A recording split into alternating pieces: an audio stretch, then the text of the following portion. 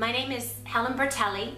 Over the course of about 3 years, two of our family members, myself and my daughter Ava, who's now 8 years old, were struck with very serious, rare, and potentially catastrophic autoimmune diseases.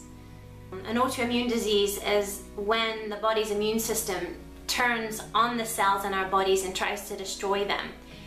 Now, the incidence of autoimmune disease has been rising dramatically over the last few years, and while scientists and doctors argue over why that might be, many people suffer, some of whom with no hope for treatment, and that was pretty much us. In 2011, after my first and only epidural steroid injection, I started to experience very severe neuropathic pain in my legs and my feet. Very severe burning, stabbing, electric shock sensations. Doctors that I saw at the time looked at me like I was crazy, until, that is, my MRI started to show signs of inflammation and scar tissue in my spine, which is a cardinal symptom of arachnoiditis, which is what I was eventually diagnosed with. That's chronic inflammation of the arachnoid membrane of the spine. Very poorly understood, but generally now beginning to be thought of as an autoimmune disease. And then in 2012, only a few months later, my 6-year-old Ava suddenly lost 10 pounds in 3 weeks of vomiting. She only weighed 50 pounds at the time. She was very lucky. We got to it in time. She was hospitalized, and we were told that a virus had damaged her vagus nerve in her brain, causing her stomach to shut down and stop working. It's a condition called gastroparesis. We were told that there was not much that can be done for her, that it's just a matter of watching and waiting, hoping that the vagus nerve eventually heals. That's what we did. Gradually she got better over the next few months, only to hit what I can only describe as falling off a cliff. In the early part of 2013, she was struck with a wide range of very serious neurological symptoms. Ticking, she lost her fine motor skills, trouble digesting, and many more problems, including the worst, which was intractable nausea. She felt nausea morning, noon, and night. No medicine we gave her seemed to help. She was hospitalized again, and eventually diagnosed with something called PANDAS, pediatric autoimmune neuropsychiatric syndrome associated with strep. Another rare and very poorly understood disease.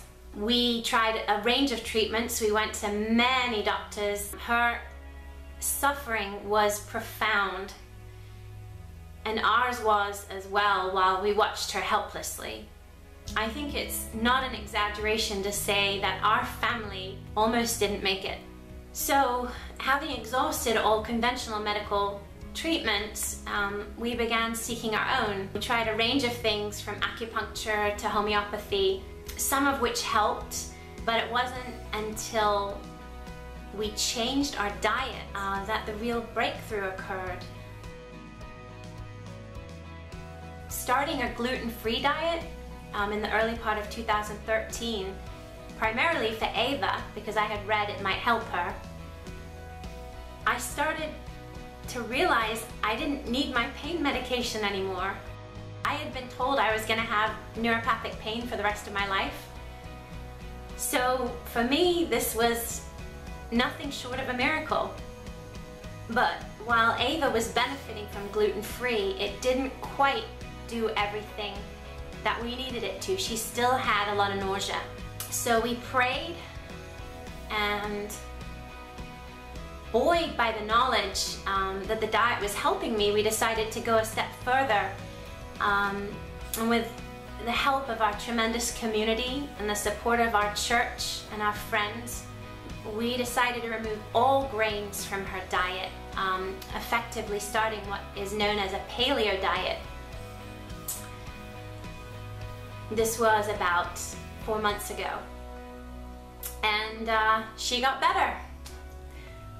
Shockingly quickly as well. As you can see from her little tummy chart, we had her keep a little nausea chart while she was feeling so sick. She'd write her tummy number in the morning and at night. So the girl who had been hospitalized in kindergarten with gastroparesis and hospitalized again in 2013 with pandas, she missed 6 months almost of first grade, and then 1 in 5 days in second grade she was out with nausea. Suddenly she's back in school, and she's only missed 1 day so far of third grade, and that was to go to the beach with her family. Not only is her nausea completely gone, but we're seeing other benefits as well, such as a greatly improved attention span, better grades, and making friends easier, and just a happier, healthier little girl. I now have a much greater respect for nutrition. I also have a much heightened gratitude for the moments that we share. Each and every moment is a blessing, and in my car every Saturday on the way to the Durham Farmers Market, I go there to buy grass-fed meat and organic vegetables. I reflect upon how lucky we are, how lucky we are. In a very strange way, it was a gift, and I'm thankful for that. I'm thankful for our church, the support that we received all through the years. People that barely knew us, coming to visit us and writing us messages. I don't think we would have made it without that. And the whole story has brought us to the Lord as well. My husband and I pray now every night. It has brought us together, and it has brought us so much happiness.